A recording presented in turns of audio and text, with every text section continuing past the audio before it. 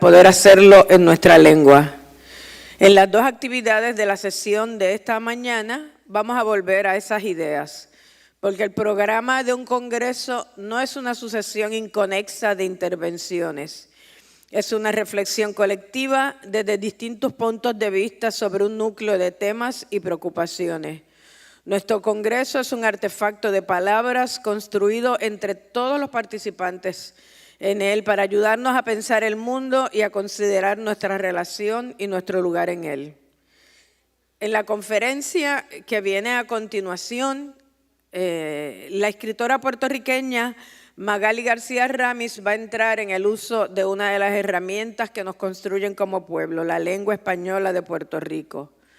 Narradora, periodista cultural y profesora jubilada de la Universidad de Puerto Rico, Magali García Ramis es autora de libros de relatos como La familia de todos nosotros, libros periodísticos como La ciudad que me habita, novelas como Felices días, tío Sergio, y ensayos como La R de mi padre y el más reciente, El libro de las tías. Miembro de la Academia Puertorriqueña de la Lengua Española, ha escogido para su conferencia el elocuente título Estábamos comiendo rábanos, el español de Puerto Rico. Y miren lo que es la casualidad. Esta mañana yo estaba preparándome para venir aquí y me encontré con esta estampita de un arcángel, el aleteo del ángel de la guarda de Magali de 1987. Eso quiere decir que estamos bendecidos, que Magali nos bendice y que nada, un gran aplauso para ella, que es una de nuestras escritoras más queridas. Te dejo el micrófono y el público es tuyo, Magali. Muchas gracias. Muy buenos días. Agradezco mucho la presencia de todos ustedes aquí. Antes de comenzar, quisiera mencionar que voy a dedicar esta jornada a una amiga entrañable que acaba de fallecer ayer, la antropóloga mexicana Rosana Reguillo, que mucho le dio a Puerto Rico como profesora invitada que fue de la Escuela de Comunicación varias veces y que era una de las figuras clave de los estudios sociales en América Latina. Con ella aprendí muchísimo, incluso o especialmente a abrirme a otras maneras de pensar, sobre todo la de los jóvenes, pues ella toda su vida se dedicó a hacer estudios sobre la juventud y su lugar en la sociedad. Agradezco la invitación que este Congreso Internacional de Escritores me hiciera para dialogar sobre nuestra lengua, enmarcada en torno al tema amplio de la libertad de las palabras. Sé que el mundo allá afuera, o como decimos en la isla, cruzando el charco, lo más que conoce sobre Puerto Rico es nuestra música.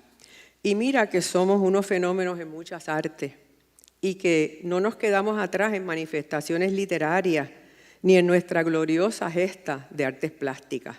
Pero la música es la que más lejos ha llegado, la que no necesita traducción, la que no hay que poner en contexto para poder disfrutar.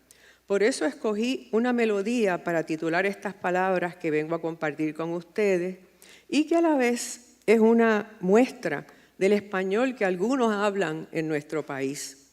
Melodía de esas que los niños y adultos solían cantar cuando los viajes en auto eran eternos y no tenían acompañamiento de música de fondo, ni con cassette, ni con CDs, ni con Wi-Fi. Para entretenerse, uno simplemente cantaba, a veces trabalenguas, juegos con vocales o disparates sublimes como el que da título a esta charla. Estábamos comiendo rábanos, unos comíanos, otros pelábanos. Porque en el seno de la intimidad familiar, a pesar de que se nos corregía muchas veces la pronunciación o la dicción, las palabras con las que jugábamos eran tan libres como uno quisiera. ¿Cuán libre puede ser uno hablando y publicando? ¿O cuán perseguido? La libertad de la palabra depende siempre del entorno privado o público en que se hable. Y si es la palabra escrita, de las leyes y normas que el Estado y las instituciones culturales vayan estableciendo. Así, organizadamente, quisiera continuar compartiendo ideas, pero no es posible. porque al cumplir un cuarto de siglo que abre al nuevo milenio, estamos viviendo en el caos, en el cambio acelerado, tratando de dibujar letras en una pizarra mientras la sombra de la inteligencia artificial nos obsede. Es una sombra larga y espigada, a la que algunos le ven un halo salvador y otros juran verle una hoz cegadora en la mano. Es la distopia en la que agentes de ICE en Estados Unidos se ponen en alerta y abrazan sus metralletas si escuchan a alguien hablando español. Las palabras nos delatan. Y agentes de ICE en Puerto Rico sacan del cinto las esposas y el gas pimienta si escuchan a alguien hablando español con acento dominicano. La inflexión de la palabra nos delata. Estamos viviendo el momento de la palabra de la que tanto nos reíamos hace 10 lustros, que tanto escuchamos en mítines políticos y en centros intelectuales. Es el resquebrajamiento de la metrópolis que nos rige. Eran los mejores tiempos, eran los peores tiempos, era el siglo de la locura, diría Dickens. Y no hay tiempo para esperar, y tenemos que ir deprisa y atropelladamente. Les presento 6 estampas de las que no venden en la farmacia, ni en las tiendas religiosas, ni en las botánicas, ni siquiera en Amazon. 6 estampas apalabradas, y la primera se titula El San Juan es nu. En el entresiglos del 19 al 20, un sismo legal sacudió los cimientos de la lengua en Puerto Rico, al pasar de ser colonia de España a colonia de Estados Unidos. Las leyes del Imperio Español, que por 400 años habían sido esgrimidas para detener el desarrollo económico, cultural y social de la isla, fueron sustituidas en parte y de un tirón por las normativas jurídicas del Imperio estadounidense. Uno de los resultados inmediatos y más significativos para el desarrollo de nuestra palabra escrita y el derecho a publicar lo fue la sustitución de la ley de imprenta española por las leyes de libelo estadounidenses. Según narra Antonio S. Pedreira en su libro seminal Historia del Periodismo en Puerto Rico, de contar con tan solo un puñado de periódicos y semanarios que eran obligados a cerrar a cada rato y a pagar cuantiosas multas que los callaban a veces para siempre, y cuyas noticias, cartas, columnas y reportajes tenían que pasar la censura previa, de pronto surgieron decenas de publicaciones que no tenían que ser enjuiciadas por nadie antes de imprimirse. Nunca en el país se había visto cosa igual. Cualquiera podía acceder a una pequeña imprenta, publicar sus opiniones, hacer sus reportajes, comentar las noticias, sin tener que pasar primero por el sedazo de los censores de palacio. Esos hombres que a través de los siglos siempre han demostrado ser bravos de corazón persecutorio, pero blandos de mentes creativas.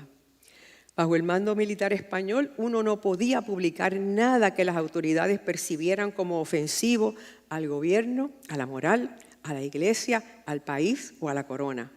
Bajo las leyes americanas, uno era libre de publicar lo que le diera la gana, pero si se señalaba que le hacía daño a la reputación o a los bienes de alguien o de alguna institución, uno podía ser llevado a juicio y tenía que probar la certeza de lo que había hecho público.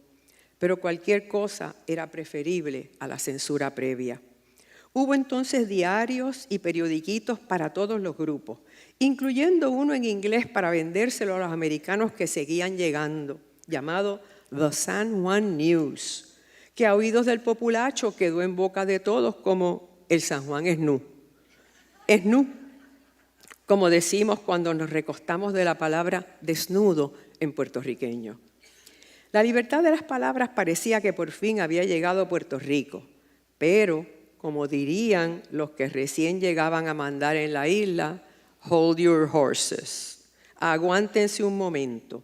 No se trataba de escribir y publicar todo lo que se le antojase a los ciudadanos, pues los boricuas, como presos en uno de esos cuentos fantasiosos cuando un huracán arranca las puertas de una cárcel y los reclusos corren a meterse en una cantina a hartarse de bebida, se habían lanzado a publicar no solamente acerca de los desmanes de los españoles en vías de salida, sino de los propios militares americanos que ahora los asediaban sin tregua en campos y pueblos.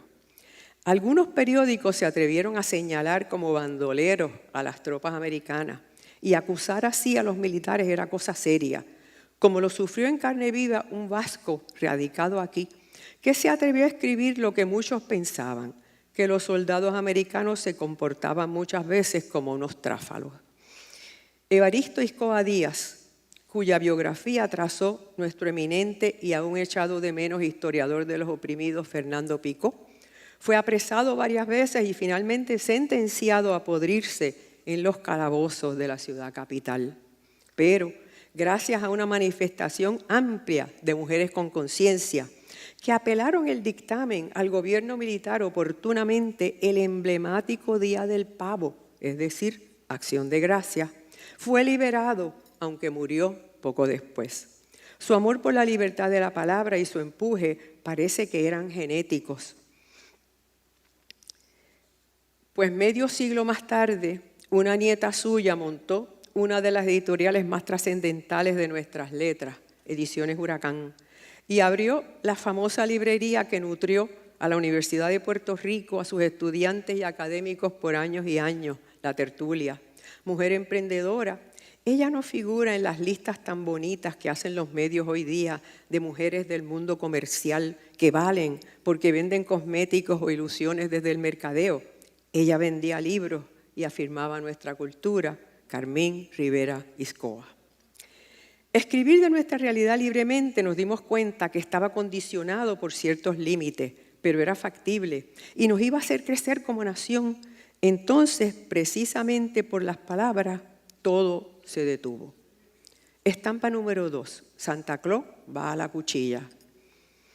Porque los memorandos que a principios de la conquista americana enviaron a Estados Unidos los funcionarios que mandó el gobierno, los reportajes de periodistas americanos sobre la pobreza y miseria del boricua y sobre todo los libros escritos por pastores y ministros protestantes señalando la bajeza de la nación boricua y sus poco aseadas casas, su falta de alfabetización y su total falta de espiritualidad rigurosa como la que demanda el Dios Padre solo a través de la lectura de la Biblia, sin intermediarios y sin santitos y supercherías, indicaron a las autoridades americanas el derrotero que tenían que seguir para poner a esta colonia a rendir.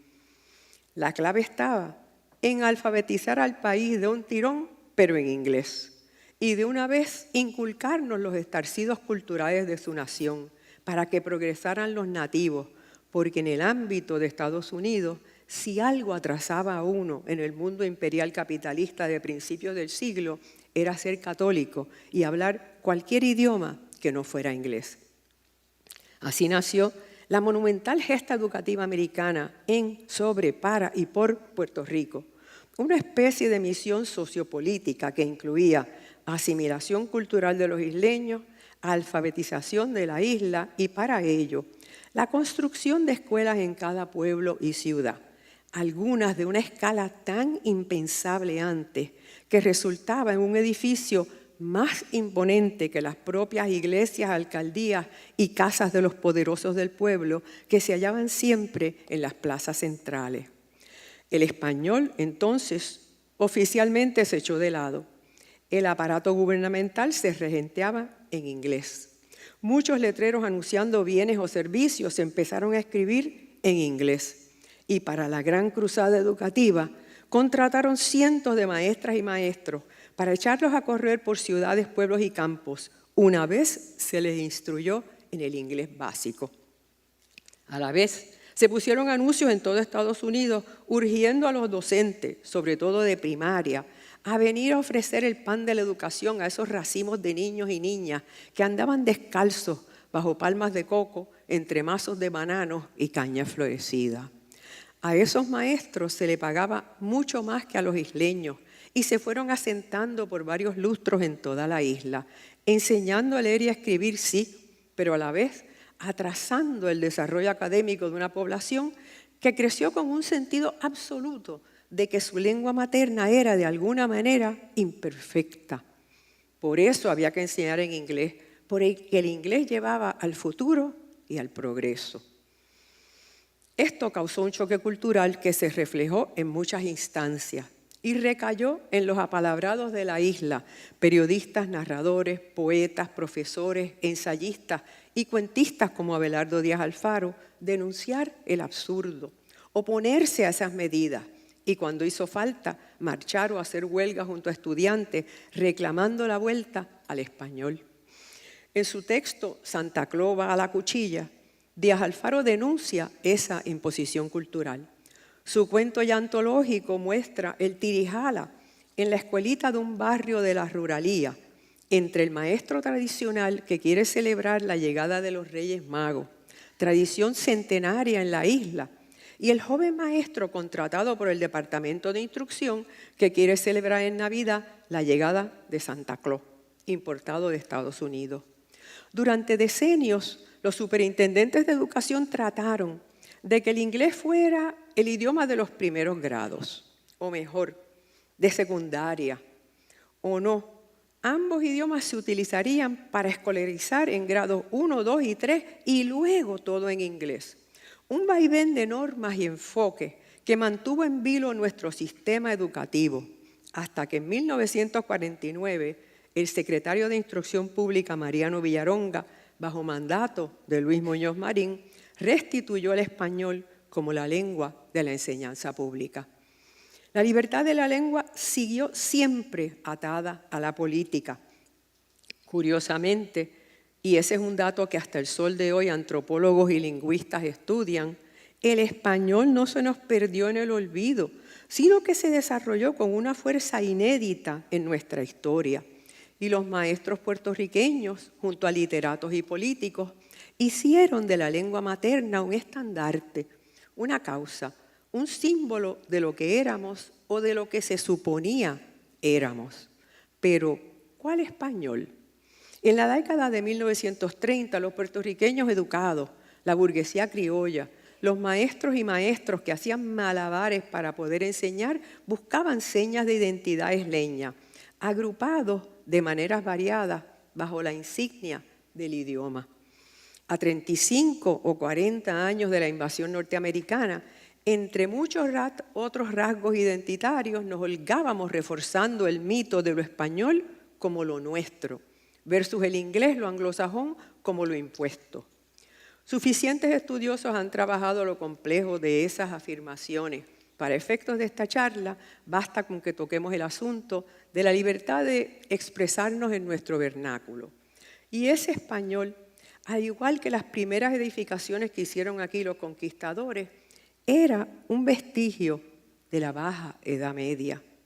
Desde los inicios del desarrollo de una conciencia puertorriqueña a mediados del siglo XIX, los que ponían las cosas por escrito, que era la burguesía, pues ni los esclavos, ni muchos libertos, ni los pobres, ni los jornaleros sabían escribir, habían otorgado al campesinado más alejado de las costas, a los jíbaros de tierra adentro, con sus costumbres y su música y su hablar antiguo, el monopolio de lo auténticamente boricua.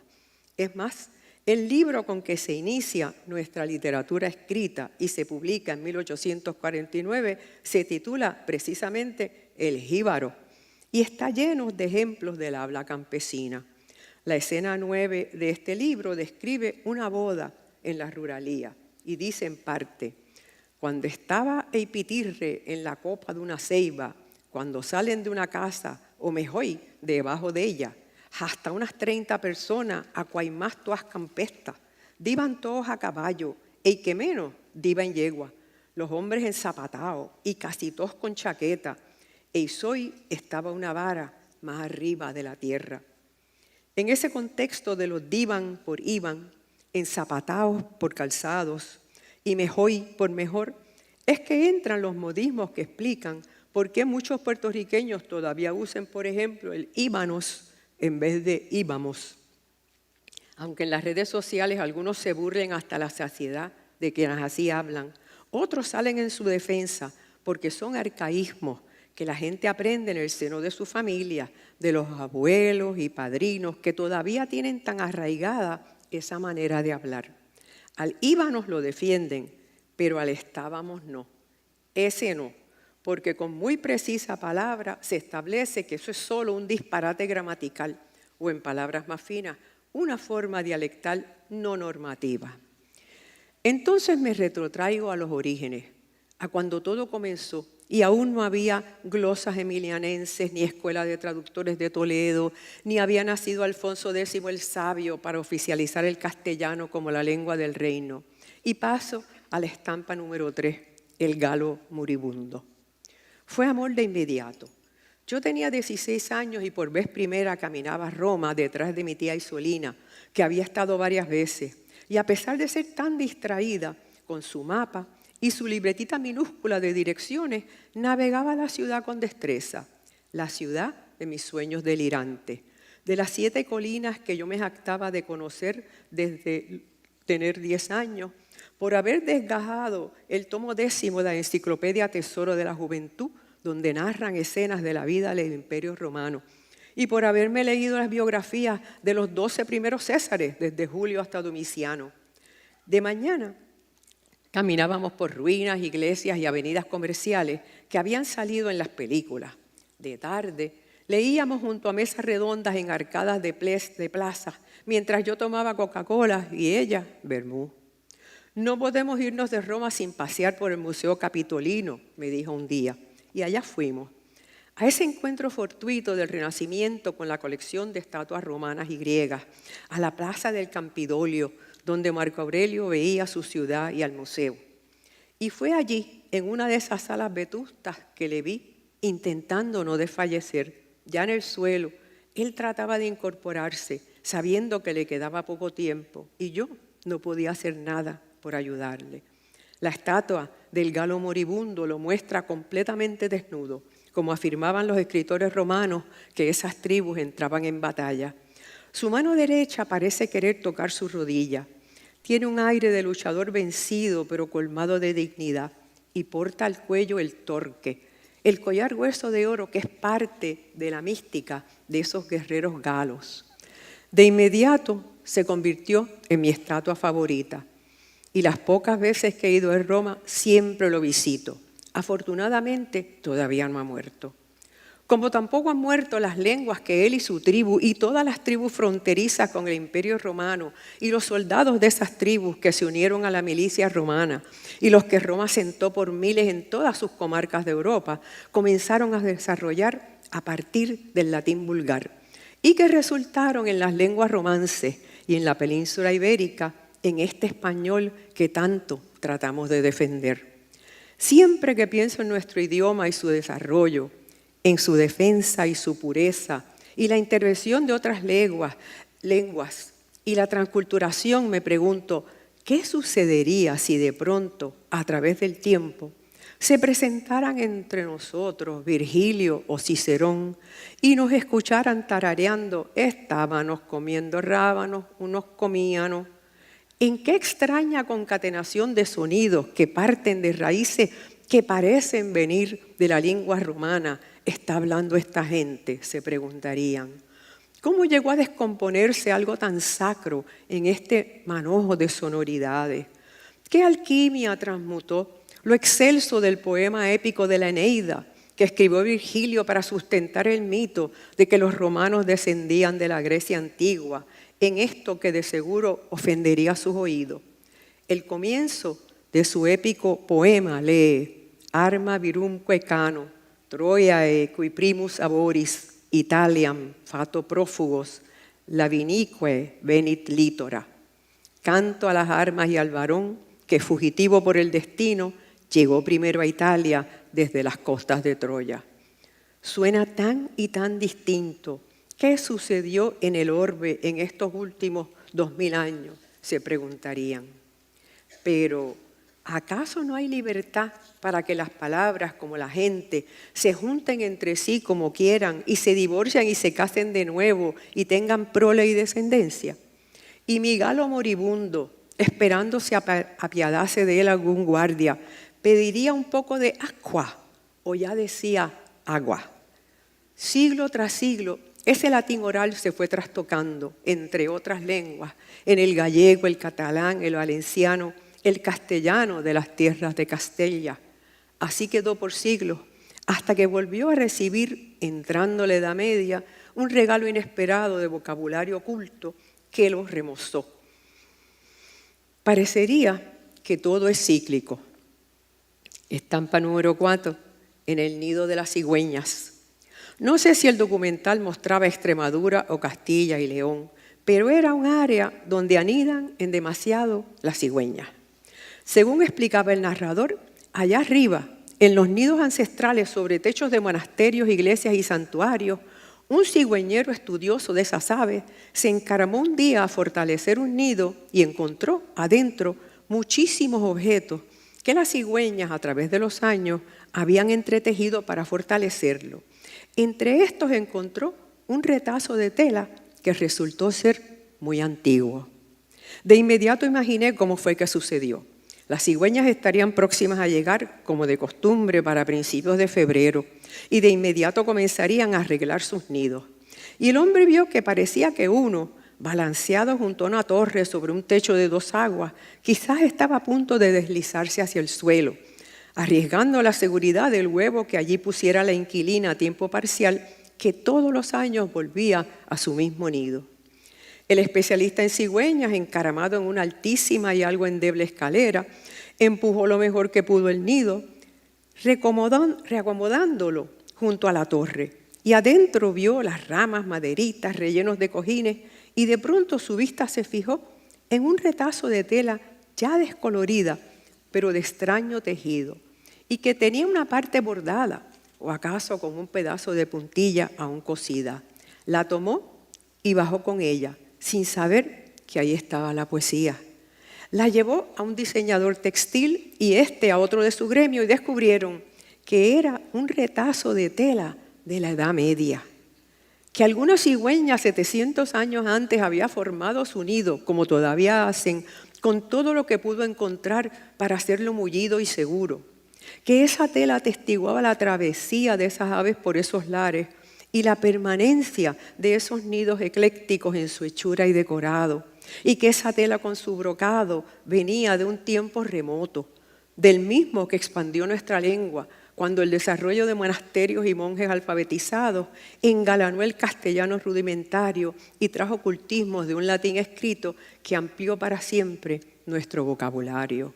Que la poesía estaba en un retazo descolorido de tela que una cigüeña entretejió en su nido, que no sabemos la palabra que señalaba la prenda de vestir o acaso el cortinaje de donde salió esa tela, que en ese preciso año que la cigüeña anidó allí, entraron quién sabe cuántas palabras al castellano, del árabe y del latín culto, y fueron fortaleciendo hasta convertirlo en el español que 200 años después trajeron a Puerto Rico, la lengua que tiene como ancestros a toda esa fábula, a todo ese linaje. Quizás por eso se desviven algunos por preservarla y no quisieran que cambiara, pero estampa número 5, Requiem por la tocineta. El año pasado, una escritora puertorriqueña visitaba México y fue entrevistada por un periodista escritor. Quizás más acostumbrado a ser él el centro de atención, quizás genuinamente convencido de que en Puerto Rico no sabemos hablar español correctamente, comenzó su entrevista con la siguiente pregunta. Óigame, ¿es cierto que ustedes dicen Puerto Rico en vez de Puerto Rico? Educada, como dice el maestro Antonio Martorell, que somos los de la clase media en Puerto Rico, y por eso no le salimos de atrás para adelante a algunos imbéciles, y sorprendida, quizás por el ataque frontal, en vano ya trató de explicar que sí sustituimos la E por la L, pero nunca es al principio de la palabra. No importó, el tono que él quería dar al encuentro ya estaba cuajado. Los estudiosos del lenguaje apuntan a que este fenómeno, muy de los hispanocaribeños y de Andalucía, de sustituir la R por la L, que se llama lambdaísmo, por aquello de complicar más todo y usar el nombre de la L en griego, lambda, para explicar un fenómeno fonético común en español. Pero a nosotros los hispanoparlantes del Caribe nos recriminan este hablar los de tierra firme de las Américas, así como los andaluces se los recriminan el resto de los españoles. Habría que plantearse Si la libertad de la palabra incluye también moldearlas a gusto, y por qué no, sustituir sus letras cuando parezca necesario. Como muy bien canta Bad Bunny, aquí nadie quiere irse, quien se fue sueña con volver. Si algún día me tocara, que mucho me va a doler. Y no es que uno no sepa decir doler y volver, es que a veces dan ganas de hablar tirado. A lo largo de nuestra historia, como todos los pueblos, hemos ido incorporando unas palabras y desechando otras. A veces algo que comienza como relajo se convierte en una muletilla o en algo necesario.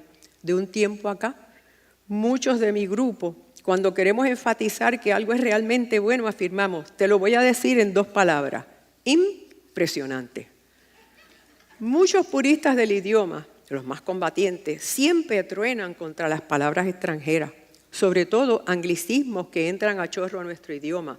Y sí, a veces pareciera que de pronto estamos perdiendo vocabulario en español. Y eso tiene un costo sociopolítico, porque los demás hispanoparlantes del Nuevo Mundo nos señalan a los puertorriqueños como los que no hemos podido lograr la independencia cuando las gestas gloriosas de Bolívar y San Martín en los 1800, los que no pudimos establecer una república sacando a los americanos en los 1900 y los que no hemos podido mantener un español noble y depurado. Entonces un día nos visitó Isabel Allende, invitada por la Universidad de Puerto Rico, y el país se volcó en admiración. Fue un fenómeno mediático. Recuerdo que caminando por un centro comercial la gente la alababa y una señora hasta se quitó su collar de perlas para obsequiárselo. Y cuando hubo que llevarla de emergencia a un dentista, él rehusó cobrar por su servicio, orgulloso de haber intervenido en la boca por donde salían las palabras de tan prestigiosa escritora. Y también recuerdo algo que me causó mucha sorpresa. Conversando con ella, habló de pronto de un puzzle. ¿Puzzle? Puzzle es decir puzzle, porque aquí los anglicismos entran con el sonido en inglés, como debe de ser. Puzzle. En España y en algunos lugares de América Latina, la hermosísima palabra rompecabezas había sido erradicada por puzzle. Tanto señalarnos a nosotros y en todos lados se cuecen habas. Y ni hablar de las preposiciones, que en Puerto Rico se saltan muy a menudo, pero en España se han fusionado en un extrañísimo juego de a por. Voy a por la compra. ¿Vas a ir a comprar o vas por la compra que ya está hecha? Voy a por. Si Unamuno señaló que las lenguas como las religiones viven de las herejías, he aquí una lengua viva. Ahora, lo que nunca perdonaré es que hayan eliminado del español la tocineta. Estamos hablando de algo antiguo, de los cimientos de una cultura. Todo lo que tiene que ver con el ganado porcino es parte integral de lo hispano, con perdón de los vegetarianos y veganos. Y la pluralidad de palabras para especificar variaciones de edad del animal y de comidas lo confirma. Chancho, cerdo, puerco, lechón, marrano, tocino, tocineta. No, ahora es bacon. Bacon, como yo rehúso decir en los lugares de comida rápida. Bacon, dicen a diario miles de boricuas, y yo tocineta, tocineta. Y la cajera con prisa tratando de encontrar la palabra tocineta en la caja registradora y no la encuentra. Pero sí encuentra papa, papita. Eso sí, eso no han podido usurparlo por French fries. Pero tocineta, ¿a quién se le ocurre? Pues a toda España. E imagino que algunos allá, como pocos aquí, llevamos un tiempo de luto, de requiem por la tocineta. Porque las lenguas crecen y se van adaptando. Mi galo moribundo hoy día hubiese pedido un Whopper doble carne con bacon antes de sucumbir a sus heridas. Pero los puristas de la lengua se centran en otros vocablos. Por eso la sexta estampita se titula Bienvenida a Mrs. Random. Antes de continuar, hago un breve paréntesis. Desde que se estableció el Estado Libre Asociado en Puerto Rico, que no es Estado nacional, ni es libre, ni es asociado de igual a igual con Estados Unidos, la dualidad se ha convertido en otro signo identitario de nuestro país, que no es país sino colonia, pero es nación. Ahora mismo estamos en una lucha pequeña, porque hace una semana, antes de una competencia deportiva, la invitada a cantar los himnos aquí siempre hay que cantar dos, el de la metrópoli y el de la colonia. Se atrevió a usar la letra revolucionaria que una brava poeta nuestra, exilada por los españoles, se atrevió a componer. De inmediato, un legislador de esos que, como mi galo moribundo, nunca acaba de morirse, sugirió que se prohibiese por ley cantar en actos públicos el himno revolucionario de Lola Rodríguez de Thió. Y lo que logró fue cucar el avispero, pues muy pocas personas se saben esa letra o siquiera sabían de su existencia. Lo curioso es que vivimos un momento de caos, de guerras religiosas, que son las más perniciosas y crueles, de violencia desatada, uniéndonos a los pedidos de paz de prelados y políticos progresistas de todo el mundo. Y miren cómo estamos con las palabras, que nos reunimos una noche para hacer pancartas para la marcha del día siguiente que leen "No a la guerra", y a la misma vez clamamos porque se popularice el himno que en vez de alabar sananamente la linda tierra que habitamos, dice: "Ven, nos será simpático el ruido del cañón". Yo no sé ustedes, pero el ruido del cañón puede llevar 100 adjetivos y simpático no sería uno de ellos. No importa, la cantamos a boca de jarro y añadimos: nosotros queremos la libertad, nuestro machete nos la dará, mientras pintamos una hermosa paloma de la paz volando. Las palabras por las que luchamos y con las que luchamos a veces están encontradas. Fin del paréntesis. Volviendo a Mrs. Random, Mrs., y si posible nos comemos a ese final y decimos Missy, es el título respetuoso que aprendimos a dar a las maestras durante medio siglo de cursos en inglés en la educación pública y que se quedó en nuestra psiquis hasta el sol de hoy para dirigirnos a todas las maestras. Como también se está quedando una palabra en inglés que sustituye a un hermosísimo binomio en español, al azar, y es la palabra random. Muchos y demasiados jóvenes la usan. Escogí estos colores random para decorar el salón. Voy a ver 2 películas random del Festival de Cine. Esta Missy llegó para quedarse y en algún verano vino a pasar con ella en la isla una semana un sobrino suyo, uno que tanto detestan los defensores de nuestra lengua, el pequeño So, convirtiéndose en un 2x3 en la muletilla importada más ubicua en Puerto Rico. Yo soy educada con Mrs. Random y hasta casi me cae simpática, no tanto con su sobrino, a quien no le tengo cariño, y que compite con nuestro So, que es lo que llaman intensificador despectivo, como en so animal, o la preposición de antaño, so pena de desacato, y ha tomado el lugar de entonces o debido a. Yo voy saliendo ya, so, nos vemos a la entrada del Choli. A los jóvenes les encanta, no sé por qué la han hecho suya y de verdad llega un momento que ya no me da el alma para corregirlo. Quizás cada generación responde a unos algoritmos sonoros que se enroscan en sus almas. Esta lengua nuestra es libre de crecer hacia donde pueda y ¿puede un algoritmo no ser preciso y ordenado? A lo mejor en Puerto Rico sí, en nuestra lengua todo es posible. Oleadas de palabras como inmigrantes siguen llegando a nuestro español. Algunas reciben carné de pertenencia en brevísimo tiempo, como googlear o hackear. Otras llevan lustros aguardando a que las autoridades no las llamen errores dialectales o, como diría Juan Luis Guerra, están buscando visa para un sueño. Pero ¿dónde uno tira la raya? ¿Dónde? ¿Qué palabras puede un profesor subrayar en rojo en un examen de un estudiante como disparate o mal escrita o no existe en español? Por muchísimos años enseñé redacción periodística en la Universidad de Puerto Rico. Lo primero que trataba de enfocar era que todos tenemos 2 o 3 lenguas españolas adentro. La oral pública, la oral privada y por supuesto la escrita, que es donde queríamos tener uniformidad, porque cuando leemos un texto, quien lo escribió no está allí al lado para con su gesto, su entonación, su dicción, sus pausas o sus muecas, enfatizar o resaltar lo que ha escrito. Por eso es tan importante que para tener certeza escribamos de manera similar. Pero siempre queda la duda del vocabulario, de su extensión, de lo que vamos ganando y lo que vamos perdiendo o lo que vamos transformando. La libertad de las palabras está siempre en juego, pero los idiomas siguen creciendo, aunque tengan que hacerlo a escondidas. Las leyes que rigen nuestras palabras han variado y a veces pienso que estamos más favorecidos que en otros lugares.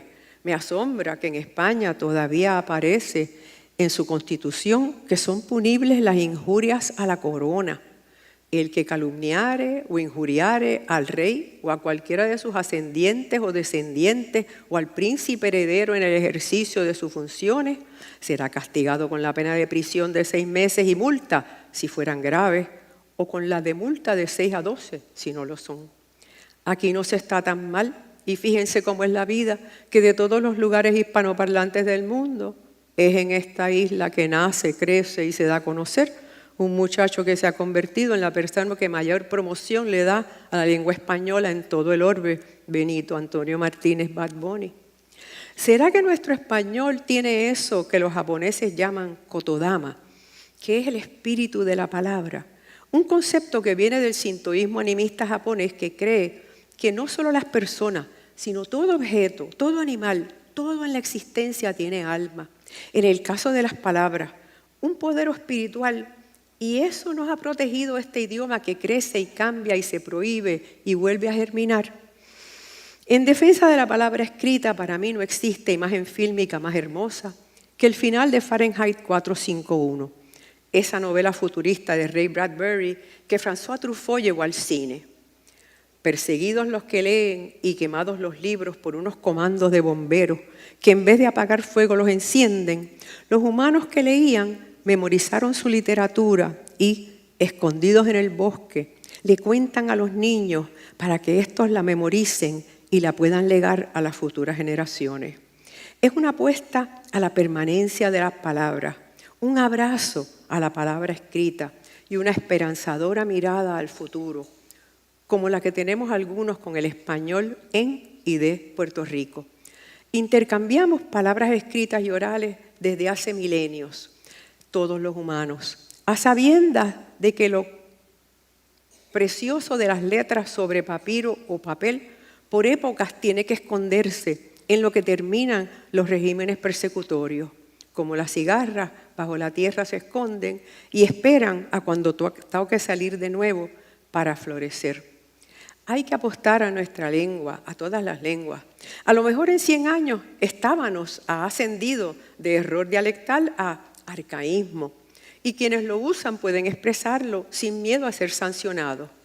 A lo mejor en 10 años no quedan rábanos en el planeta para comerlos mientras cantamos, pero de seguro quedarán las palabras de este idioma deleitoso que sacamos empellones del latín, engordamos con vocablos del árabe, asperjamos con palabras de los taínos y rellenamos con palabras africanas. ¿Qué más decir del español puertorriqueño? Que no han podido quitárnoslo ni con leyes, ni con burlas, ni con amenazas, ni con censura. Y con una copla de mi siglo favorito, el 19, disparatada pero perfectamente entendible, cierro esta breve digresión de la lengua en que me tocó nacer. Al español de Puerto Rico puedo decirle: una vez yo te quisí y siempre te estoy quisiendo, y el amor que te tuví, siempre te lo estoy tuviendo. Muchas gracias. Bravo, dame un abrazo, que se te quedó excelente. Ay, qué bueno, excelente.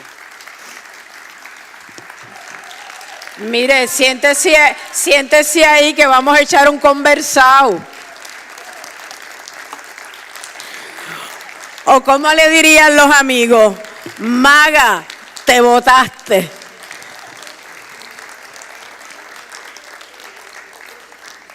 Excelente, excelente. Ya les dije que el ángel de la guarda la iba a bendecir. Tenemos 20 minutos para preguntas y respuestas. El micrófono está aquí al centro y las preguntas, pues, lo más precisas posible. Gracias. Los dejo apabullados. Si no tienen preguntas, podemos conversar.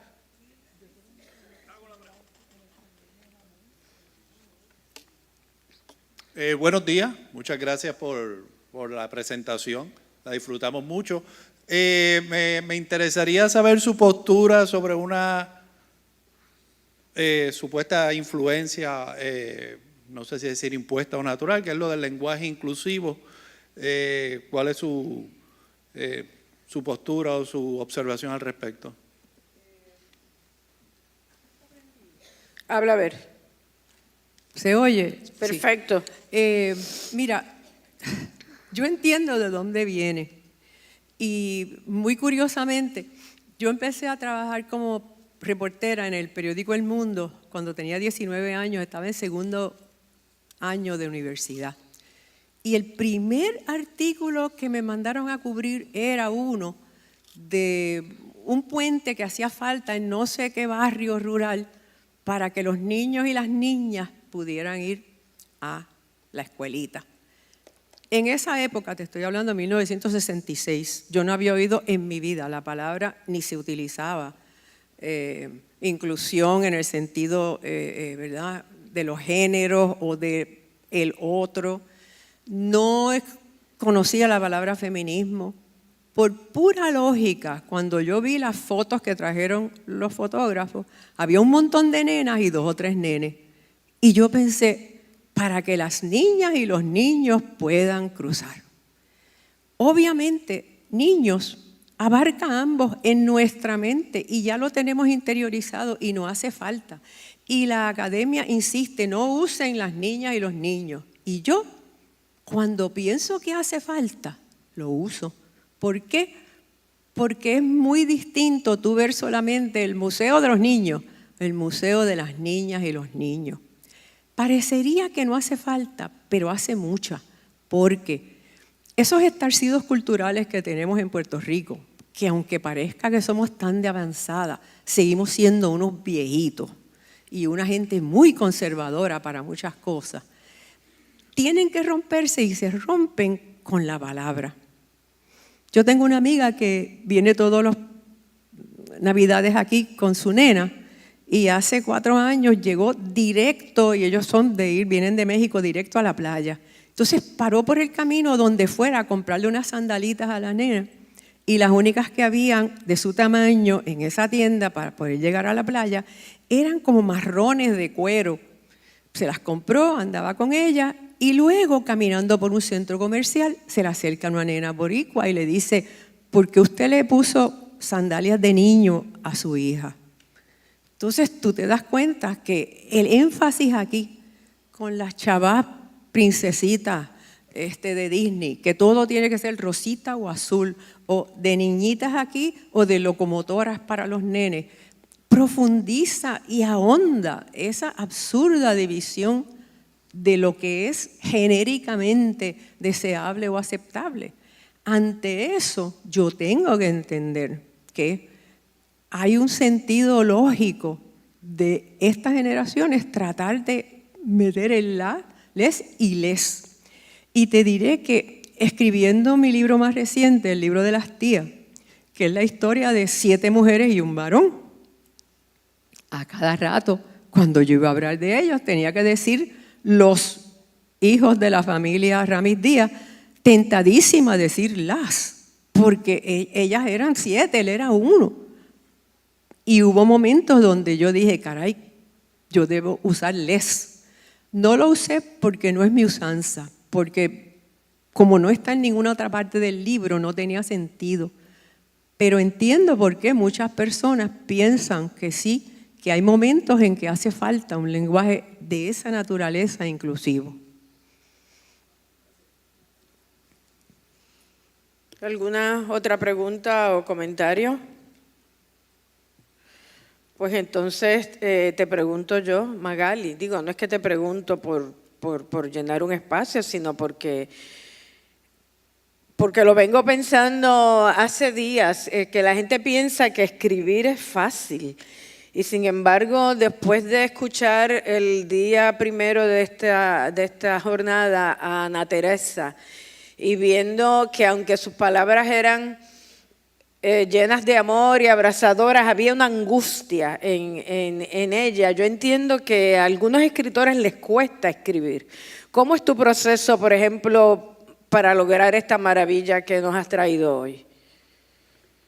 Bueno, yo no soy el mejor ejemplo. Los escritores de verdad supuestamente escriben todos los días. Yo escribo a veces, ¿verdad?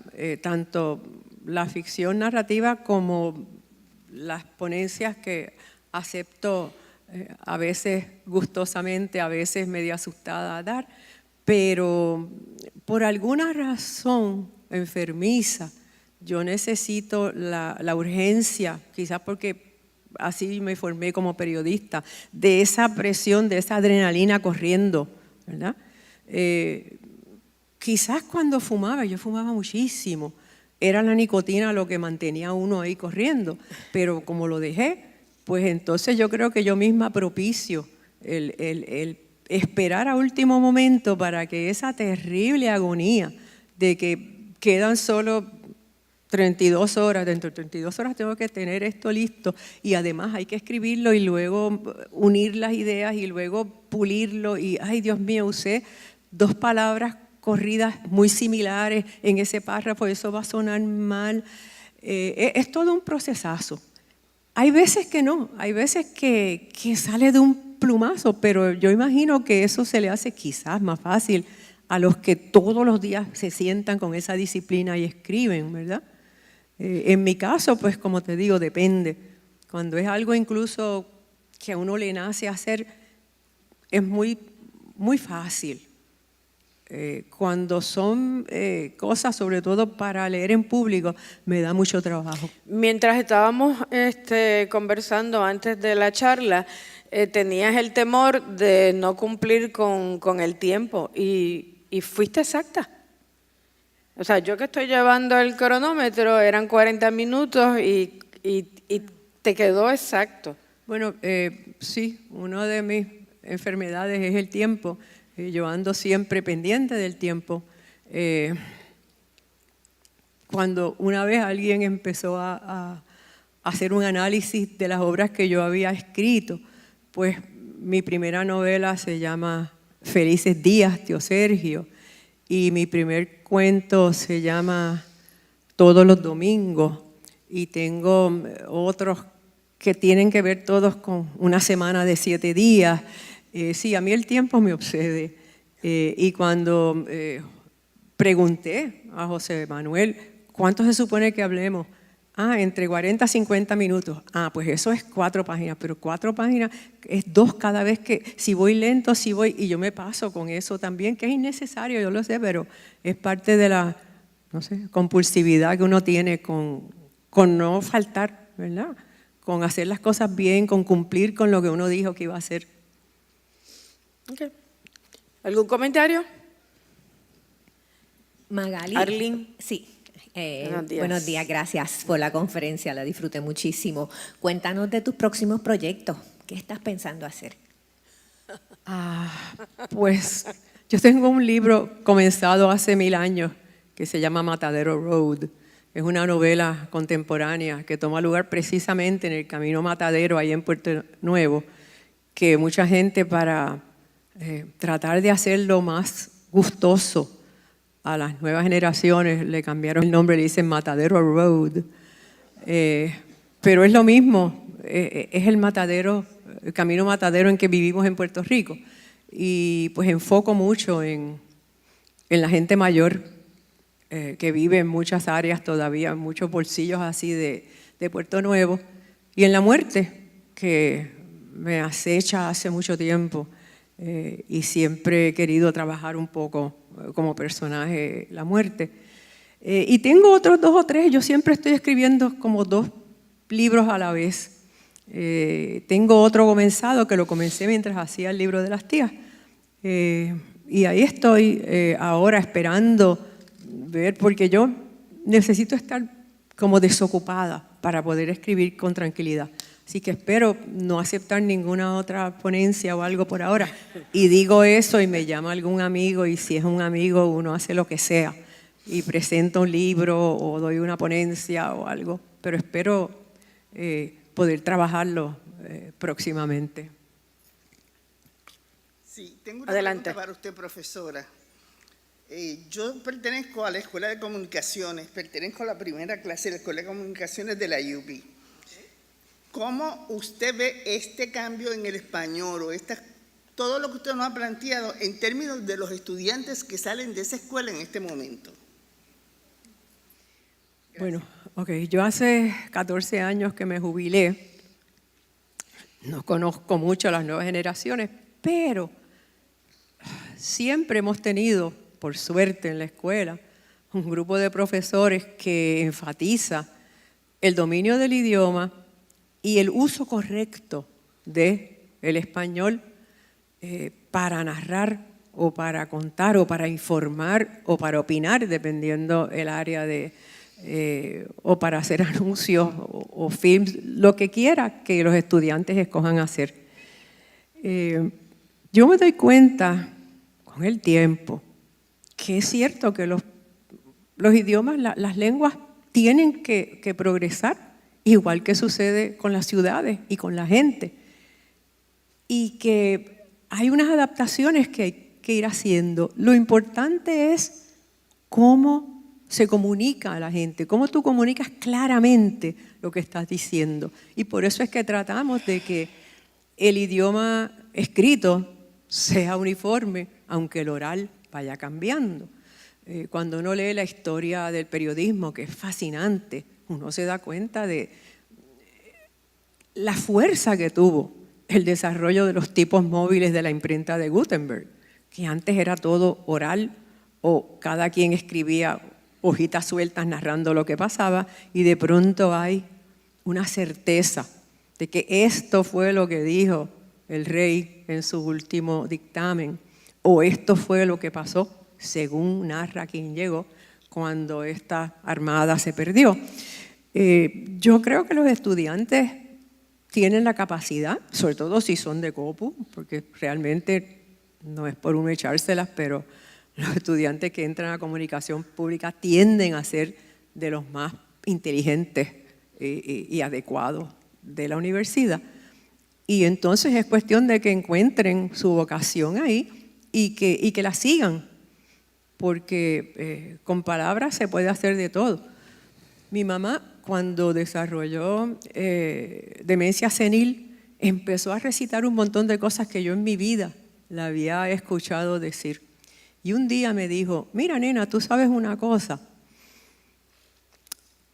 que con arte y engaño se vive medio año y con engaño y arte se vive la otra parte. Y dije, mami, qué genial. Yo no sé de dónde tú sacaste eso, quién te lo enseñó hace 1000 años, pero de eso se trata. Poder usar las palabras correctamente, con arte o con engaño, y de eso pues vivimos un montón de gente. Adelante. Voy a bajarme porque... Esa es Daisy. Sí, soy yo. Saludos, Daisy Sánchez, una de nuestras reconocidas periodistas. Gracias. Bueno, primero darle las gracias por esta espectacular ponencia y realmente valió la pena la madrugada. Y aprovecho porque usted fue mi profesora de periodismo y todo lo que usted me enseñó yo lo pude aplicar a mi carrera y siempre vivo muy orgullosa como estudiante de usted y haber sido miembro también de la Escuela de Comunicaciones de la Universidad de Puerto Rico. Eso me hace sentir muy orgullosa, pues porque tuve la gran oportunidad de pertenecer a una generación muy especial y de ella salieron muchísimos periodistas que yo admiro y que todos ustedes nos ayudaron a ir mejorando nuestro carácter y entretejieron todo este grupo fabuloso que salió y que hoy muchos añoramos, que ya no están, y no quería pasar este momento sin darle las gracias por todo lo que aprendí. Muchas gracias, profesora. Gracias a ti, y debo mencionar que Daisy era una de las estudiantes más adelantadas nuestras y más luchadoras. Y un día que estábamos en una batalla campal con una administración terrible, los estudiantes habían decidido que al otro día nos reuníamos los profesores y estudiantes en la escuela para empezar parte de una, no me acuerdo si era una huelga o era un paro, y cuando llegamos, ya Daisy había escrito una pancarta que estaba dirigida a una terrible directora que teníamos que se llamaba Doña Consuelo, y ella había hecho: consuelo nos dan, consuelo no queremos. Y nunca olvido que ya estaba lista la pancarta y nada más era cogerla y empezar la marcha. Gracias a ti. El agradecimiento mutuo es, creo que colectivo. Yo creo que debemos darle un aplauso a Magali.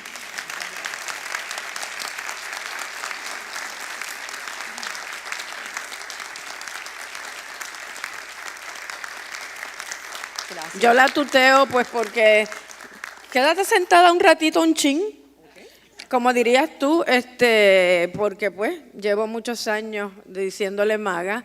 Llevamos varios días yo llevo 2 días en este congreso apuntando que los mejores auspiciadores son ustedes, los lectores y los que hoy pudieron haberse quedado durmiendo también un chin, como decimos nosotros, y están aquí para disfrutar de este banquete.